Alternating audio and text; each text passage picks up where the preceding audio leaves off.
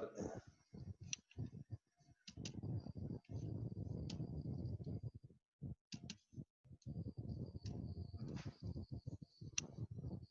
Bueno, hoy lo que haríamos sería empezar con la unidad 2, ¿sí? Hasta la clase pasada era todo parte, perdón, de la unidad 1. La unidad 2 son test, son todos test para conocer las capacidades físicas de las personas. En el día de hoy nos vamos a dedicar al rendimiento aeróbico, ¿sí? Dosificación del entrenamiento aeróbico a partir de pruebas de campo. ¿A qué nos referimos con dosificación? A cómo administrar la intensidad de trabajo, ¿sí? Yo tengo una persona X y quiero que corra al 50% de su capacidad, al 60% o al 80%. ¿Está bien? Eso es dosificar, administrar una intensidad.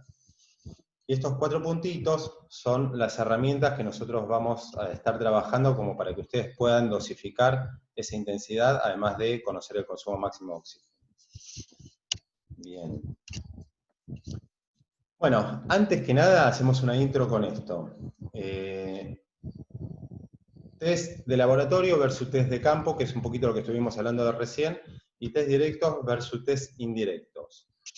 Bien, los test de laboratorio, ¿sí? Son test muy costosos, no son accesibles si no estamos en una entidad que disponga de este material, por ejemplo Boca Juniors, ¿sí? Alguna entidad importante. No está al alcance de cualquiera, ¿sí? No son sencillos de administrar porque hace falta profesionales especializados para poder administrarlo, pero tienen una gran ventaja que son muy precisos. En este caso, a la persona le están evaluando el consumo máximo de oxígeno, ¿sí? Tiene un analizador de gases en la boca, está en un cicloergómetro, y ese analizador de gases lo que hace es monitorear el gas, el oxígeno que ingresa al organismo y el oxígeno que sale, ¿sí? Entonces, haciendo una resta entre lo que entra y lo que sale, sabe cuánto es lo que se consumió dentro del organismo. Es un método muy preciso, te dice exactamente cuánto oxígeno está consumiendo los músculos al estar trabajando. Contrapuesto a los test de laboratorio tenemos los test de campo, ¿sí? Donde acá lo que vamos a medir no es el consumo de oxígeno, vamos a medir otra variable, por ejemplo, el tiempo que tarda esa persona en correr en la pista, ¿sí? Y a partir de ese tiempo vamos a estimar cuál fue su consumo máximo de oxígeno. Entonces, ¿qué significa esto? Que tiene mucho menos precisión, ¿sí? Es muy práctico, igual que cuando estamos hablando de los cuestionarios, tiene mucha practicidad, pero la precisión es muy baja. El eje vertical es el de la precisión, el horizontal es el de la practicidad. ¿Por qué? Porque yo estoy midiendo otra cosa y a partir de eso estoy estimando por medio de una ecuación, ¿sí? No lo estoy midiendo directamente, entonces ahí en las ecuaciones siempre tenemos errores. Y esos errores, bueno, conllevan también resultados que no son del todo exactos. Y entre los test de campo y los test de laboratorio, tenemos test intermedios, ¿sí? Esta, por ejemplo, es una persona que está corriendo en campo con un analizador de gases portátil. ¿Cuál es la gran ventaja de los test de campo, además de ser muy económicos y que estén al alcance de la mano de todos nosotros? Que la persona está siendo testeada en el lugar de la competencia, en el espacio donde compite, ¿sí? Uno cuando está dentro del laboratorio está todo muy cómodo, todo muy ordenado, tiene la temperatura adecuada, no hay viento, no pasa absolutamente nada, no hay gente que lo observe más que el médico que lo esté acompañando. En el caso del test de campo, tiene todas las variables que tiene el campo durante la competencia. Entonces, si bien no es muy preciso, ¿sí? Nos ofrece la ventaja de poder, o sea, nos puede hablar un poquito, nos puede hablar de manera algo más apropiada del rendimiento de la persona cuando está en competencia. Por eso es que son muy útiles. De todos modos, para que un test de campo pueda ser utilizado, tiene que ser contrastado con un test de laboratorio, ¿sí? Yo invento un test que es corriendo 5 vueltas a la pista y digo que este test evalúa el consumo máximo de oxígeno. Bueno, lo tengo que comparar con un analizador de gases a ver si el resultado es similar. Porque si me da cualquier cosa, ese test no es válido, ¿sí? No está evaluando lo que yo digo que evalúa. ¿Se entiende? Muy bien. Bueno, nosotros en el laboratorio vamos a trabajar casi el 100% de los test con test de campo, ¿sí? No vamos a hacer nada con respecto al laboratorio. Algo similar al laboratorio sí vamos a ver, pero tampoco tiene tanta precisión y tanta tecnología. Perdón, si me anoté la página. Y quiero hacer una salvedad más, porque acá también tenemos los test directos versus los test indirectos. Este sería, además de ser un test laboratorio, un test directo, porque está evaluando directamente qué es lo que pasa con el consumo de oxígeno. Este sería un test indirecto, porque a partir del tiempo que tardó en correr o de la velocidad, yo termino estimando el consumo máximo de oxígeno, ¿sí? Los test de laboratorio generalmente son test directos, los test de campos generalmente son test indirectos, porque utilizan otra variable para averiguar la capacidad que yo quiero conocer. Muy bien. Por ejemplo, si yo quiero conocer la composición corporal de una persona, de manera indirecta puedo hacer mediciones corporales y estimo cuánto músculo y cuánta grasa tiene. Esto, hacerlo de manera directa, sería agarrar a la persona y desarmarla, ¿sí? Sacarle todos los músculos por un lado y toda la grasa por otro, y ahí veo directamente cuánta cantidad de tejido tiene, ¿sí? Bien, avanzamos un poquito. Dosificación del entrenamiento aeróbico a partir de pruebas de campo. Ahora vamos a lo específico nuestro. Acá tenemos 4 herramientas que son las que vamos a ver en esta clase, ¿sí? Las dos primeras dosifican el esfuerzo, es decir, determinan la intensidad de trabajo por medio de la frecuencia cardíaca, y las dos últimas, que son el test de 1000 metros y el Cournavet, que seguramente los conocen. El Cournavet lo conocen seguro porque lo utilizaron en el examen de ingreso al instituto, si rindieron acá en Dickens. Bien, ¿por qué hago esta salvedad? Porque la dosificación, o sea, cuando uno quiere administrar la intensidad de entrenamiento, cuando quiere administrar la intensidad del entrenamiento aeróbico, lo que está utilizando es el consumo de oxígeno. Entonces, de esta manera se trabaja de forma más precisa que por medio de la frecuencia cardíaca. Cuando trabajo por medio de la frecuencia cardíaca, estoy administrando la intensidad del entrenamiento aeróbico, pero de acuerdo a cómo responde el corazón. ¿Sí? Si yo conozco el consumo máximo de oxígeno, trabajo de manera muy precisa, porque administro el entrenamiento aeróbico de acuerdo al consumo de oxígeno que tiene esa persona. Entonces, es más apropiado, tiene menos error. Bien, vamos a la primera herramienta, ¿sí? Que era la relación entre el porcentaje de la frecuencia cardíaca máxima y el consumo máximo de oxígeno. Esta es una propuesta de Katz y Katz del año 1996. ¿Sí? Ellos lo que se sostiene acá es que a determinado porcentaje de la frecuencia cardíaca máxima tenemos determinado porcentaje de consumo máximo de oxígeno. A medida que el porcentaje de la frecuencia cardíaca máxima aumenta, del mismo modo, de manera lineal, aumenta el consumo máximo de oxígeno. Entonces, ¿qué nos dicen? Que cuando estamos cerca del 30% del consumo máximo de oxígeno, estamos al 50% de nuestra frecuencia cardíaca máxima.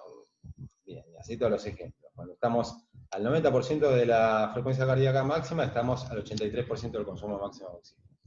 Es un método muy práctico y muy sencillo. Esto se utiliza, los dos métodos que vamos a ver, que utilizan la frecuencia cardíaca, se llevan a cabo cuando uno no tiene posibilidad o no conoce el consumo máximo de oxígeno de la persona porque tiene algún impedimento, no puede rendir un test, o porque es una persona que recién está empezando, ¿sí? Entonces no lo podemos testear, porque para llevar a un test adelante primero tenemos que generarle adaptaciones, ¿sí? Tiene que saber cómo correr, de qué manera, y después con el tiempo lo vamos sometiendo a intensidades similares a las del test hasta que lo evaluamos. Si no, el test da resultados que son incorrectos. Bien, en esos casos en los que yo no tengo a la persona evaluada y no conozco su consumo máximo de oxígeno, utilizo estos modelos que tienen la frecuencia cardíaca como variable para determinar la intensidad de trabajo. Bien, lo primero que tengo que hacer cuando utilizo esta herramienta es conocer la frecuencia cardíaca máxima, ¿sí? Que la frecuencia cardíaca máxima es teórica, no significa que la persona tenga esta frecuencia cardíaca máxima sí o sí. Eso depende mucho del nivel de entrenamiento de la persona, ¿sí? Y de su capacidad cardíaca. La más conocida de las fórmulas es 220 menos la edad, que la deben conocer, me imagino. Nosotros vamos a estar usando una que es la que propone Tanaka, que es algo más precisa, 208 menos 0,7 por la edad. ¿Sí? Y es la única ecuación que tengo que conocer, porque después con los porcentajes me arreglo. Vamos a ver un ejemplo. Claudia, ¿sí? Una mujer que tiene 42 años de edad. Yo quiero que Claudia corra el 60% de su consumo máximo de oxígeno. Obviamente no conozco el consumo máximo de oxígeno, entonces utilizo esta ecuación, utilizo esta herramienta, la de catch y catch.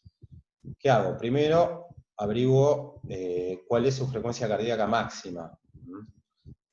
Entonces, donde dice edad, reemplazo y pongo 42 años. ¿Sí? De ahí me queda 208 menos 178,6 pulsaciones por minuto. ¿Está bien?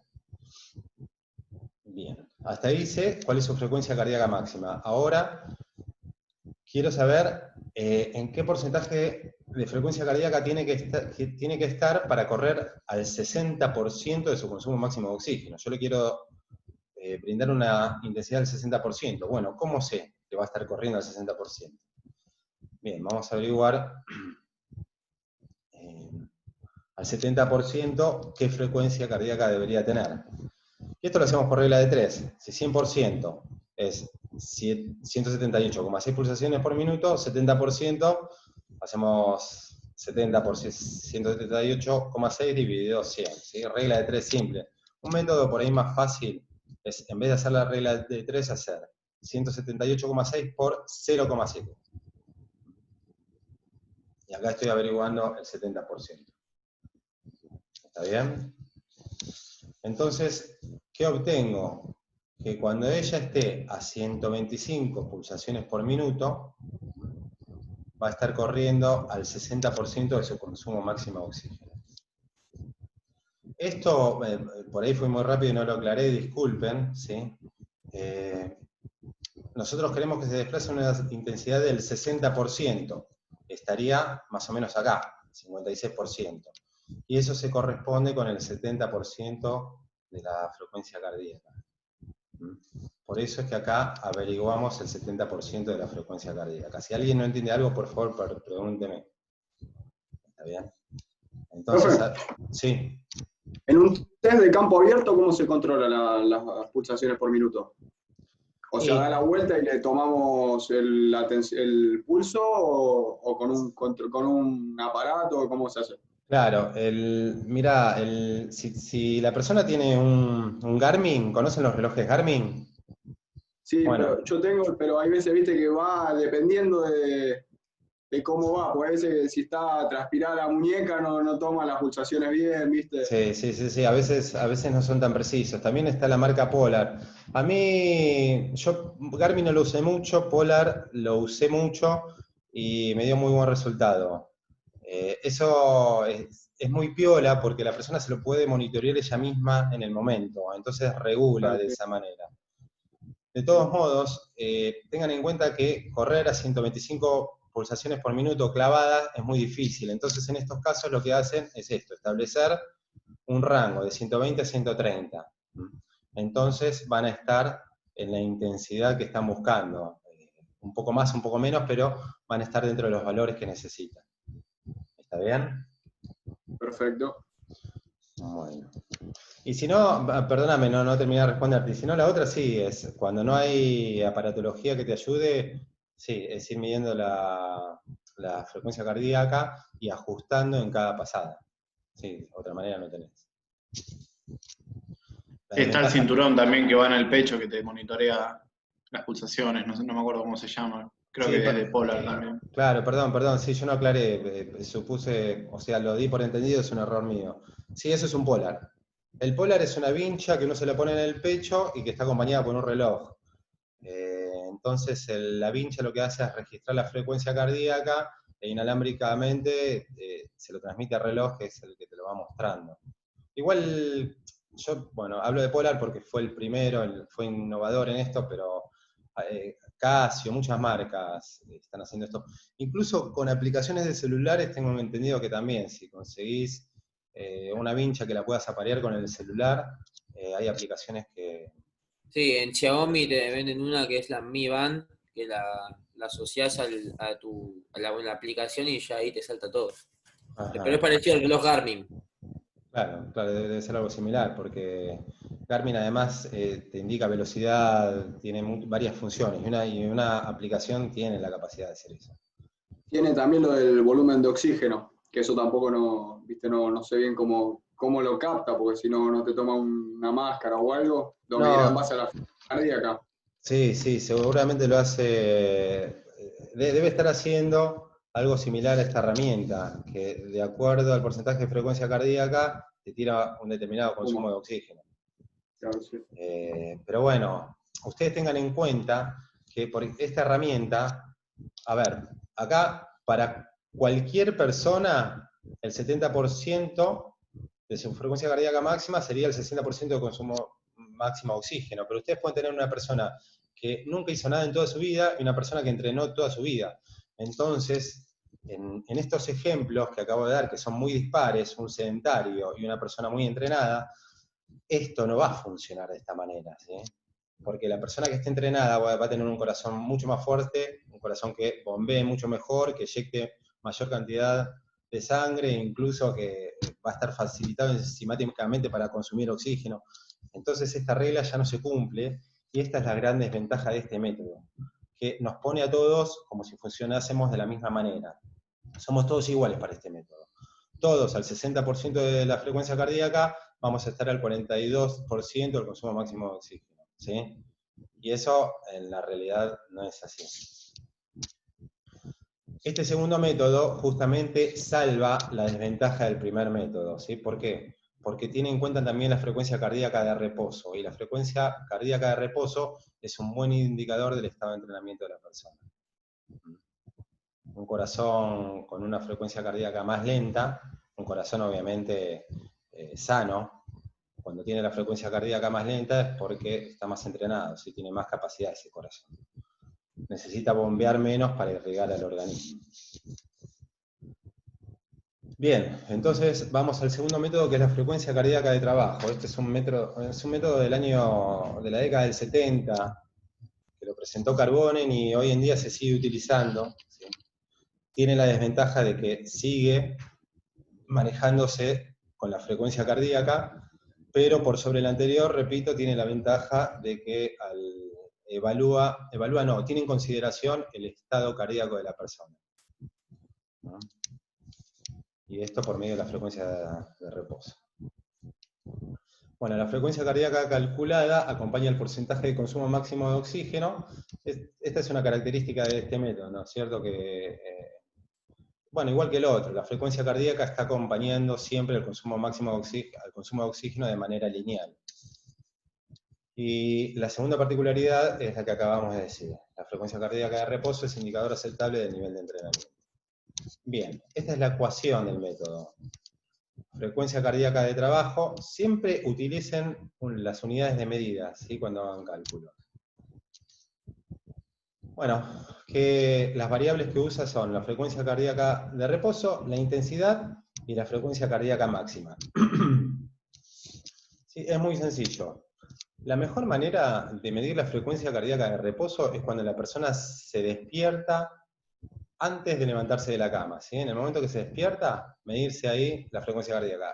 Lo difícil de esto es que la persona se acuerde de hacerlo.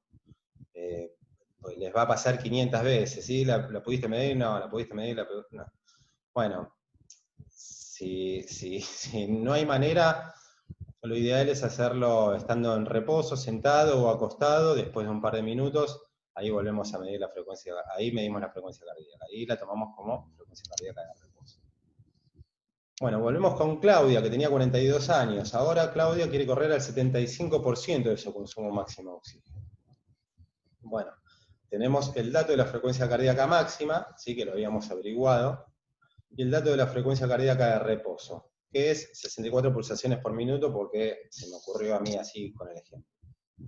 Lo que hacemos es reemplazar las variables. Esta es la frecuencia cardíaca de reposo, esta es la intensidad. ¿Ya queda 10 minutos? ¡Wow! Esta es la intensidad, quería correr al 75% y queda 0,75. Y acá volvemos a reemplazar frecuencia cardíaca máxima y frecuencia cardíaca de reposo. Bien, vamos resolviendo el paréntesis, resolvemos los corchetes y obtenemos que el resultado final es 149,95. Nosotros cuando medimos frecuencia cardíaca, medimos números redondos, no medimos coma. Entonces siempre redondeamos. Yo en este caso no lo redondeé, pero porque sé que esta variable después la voy a usar en las ecuaciones, por eso no la redondeé, pero el resultado final sí lo redondeo, porque no existe una frecuencia cardíaca de 149,6, por ejemplo. ¿Sí? Bueno, y acá la situación es la misma, de 145 a 155 pulsaciones por minuto. Entonces, la ventaja que tiene este método es, repito, es que podemos, sin conocer el consumo máximo de oxígeno, ¿sí? Podemos administrar intensidades de entrenamiento aeróbico y por sobre el método anterior tiene la ventaja de tener en cuenta el estado cardíaco de la persona. ¿Está bien? ¿Alguna duda hasta acá? Bien, seguimos adelante. Vamos a seguir un poquito más, no quiero seguir mucho más para poder arrancar la próxima clase con los dos test que tenemos. Para ver, los test de consumo máximo de oxígeno. Bueno, vamos al consumo máximo de oxígeno o potencia aeróbica, es exactamente lo mismo. Acá tenemos dos ejes. El eje de consumo de oxígeno y el eje de la velocidad. ¿Sí? Nosotros consumimos oxígeno todo el tiempo porque con el oxígeno, ustedes saben que formamos moléculas de ATP, que nos van a brindar energía. Sin el oxígeno no solo no formamos ATP, sino que tampoco viviríamos. Cuando uno está en reposo, que esto lo estuvimos viendo un poquito en la clase pasada, consumimos 3,5, acá tenemos una unidad de medida de consumo de oxígeno, ¿sí? Cuando estamos a reposo consumimos 3,5 mililitros por kilogramos por minuto. Esta es la unidad de medida que se utiliza mayormente en el ámbito deportivo, ¿sí? También en el ámbito de la salud. Pero nosotros estuvimos viendo la clase pasada los METs, ¿sí? Los METs es lo mismo, es el consumo de oxígeno, pero se utiliza más, los cardiólogos lo utilizan mucho, o en el ámbito de la salud. Pero a nivel deportivo se maneja este tipo de unidades, como para hablar de consumo de oxígeno. Bien. Bueno, nosotros estamos en estado de reposo, tenemos 3,5 mililitros por kilogramos por minuto. Empezamos a caminar, ¿sí? Y nuestro consumo de oxígeno empieza a aumentar. Vamos un poco más rápido porque vamos incrementando la velocidad, el consumo de oxígeno sigue aumentando. Y así como incrementamos la velocidad, incrementamos también el consumo máximo, el consumo de oxígeno. Pero ¿qué pasa? Ese consumo de oxígeno es finito, no podemos consumir oxígeno, aumentar el consumo de oxígeno de manera indefinida, ¿eh? Todo esto tiene un límite, ¿sí?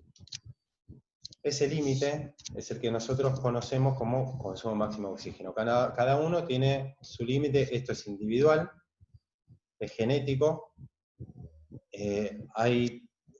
Hasta el momento se habla mucho de que se puede mejorar el consumo máximo de oxígeno, pero están apareciendo trabajos que están poniendo esto a prueba y sostienen que el consumo máximo de oxígeno no se mejora y es uno de por vida, lo establecen como la talla, por ejemplo, cada uno tiene una talla y esa talla no se modifica, llegamos a una talla final, el consumo de oxígeno hasta los 20 años se incrementa y teóricamente ahí se estaría quedando, no lo podríamos modificar, pero aclaro, a ver, esto es una nueva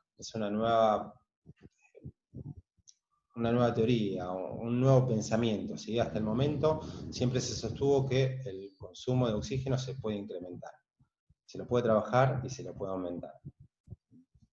Pero bueno, yo se los menciono porque me parece que lo tienen que saber. Probablemente esto con el tiempo se termine comprobando.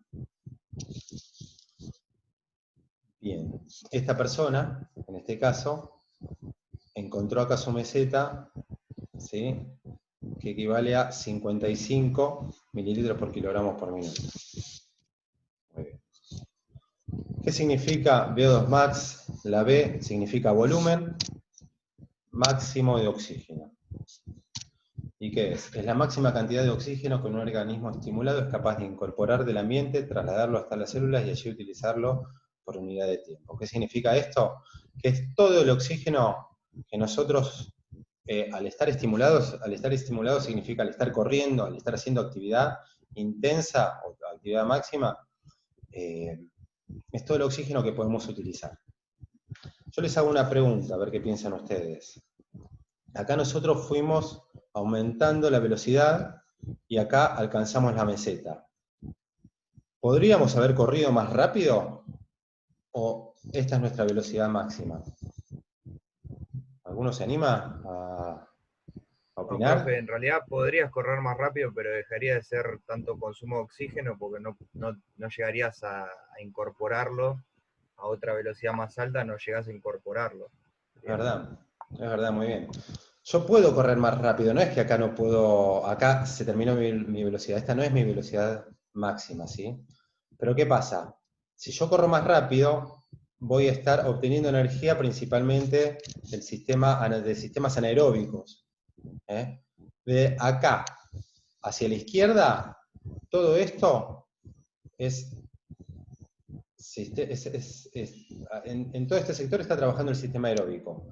Si yo continúo aumentando mi velocidad, ya voy a pasar a trabajar en sistema lactácido, sistema anaeróbico láctico. Y voy a tener un tiempo limitado, no voy a poder correr mucho más porque voy a generar mucho ácido láctico y eso me va a llevar al agotamiento. ¿Sí? ¿Se entiende esto? ¿Es claro? Este es importante, ¿eh? Tengan en cuenta que siempre trabajan todos los sistemas, los tres sistemas, ¿sí? Sistema aeróbico, glucólisis rápida y glucólisis lenta, como lo quieren llamar, o anaeróbico láctico y anaeróbico aláctico, pero siempre los tres trabajan en conjunto. Lo que pasa es que hay uno que es preponderante. Entonces, desde acá hacia la izquierda, el preponderante es el sistema aeróbico. De acá hacia la derecha, yo puedo seguir trabajando, pero los preponderantes son los sistemas anaeróbicos. Bueno, vamos a hacer así, muchachos y muchachas, porque nos quedan 2 minutos. Vamos a quedarnos con esto, y la próxima clase vamos a retomar desde acá para ver los otros test. Tengan en cuenta que la clase que viene vamos a usar muchos cálculos, ¿sí? Así ahí va a haber que estar un poquito más atentos, no son complicados. Yo lo bajé todo el PowerPoint, creo que la manera que lo bajé es clara, si no, lo que no se entiende, lo vamos viendo. Les quería comentar que vi que me estuvieron llegando los cuestionarios, ahora me voy a poner a corregirlos. Lo que les voy a pedir es que cuando haya actividades, no se queden sin hacerlas, porque de ahí es donde yo empiezo a construir el concepto de ustedes. Como no nos vemos y esa es la única manera que tenemos de interactuar, de que ustedes me devuelvan algo de lo que vamos viendo, les pido pido así, que traten de estar al día con eso, si no les complica mucho. Yo sé que deben tener un montón de cosas para hacer, porque a todos nos pasa. Tenemos por ahí la comodidad de estar en casa, pero las horas de trabajo se multiplicaron para todos. Así que yo voy a tratar de ofrecerles, brindarles cosas que sean tranquilas, pero traten de devolvérmelas, así podemos ir armando una nota para todos. Bueno, de mi parte la clase de hoy va a ser esto. Hagamos así, veámonos el próximo miércoles a las 7 de la tarde, si les parece. Dale. Genial, Perfecto, sí. buenísimo. Perfecto. Perfecto.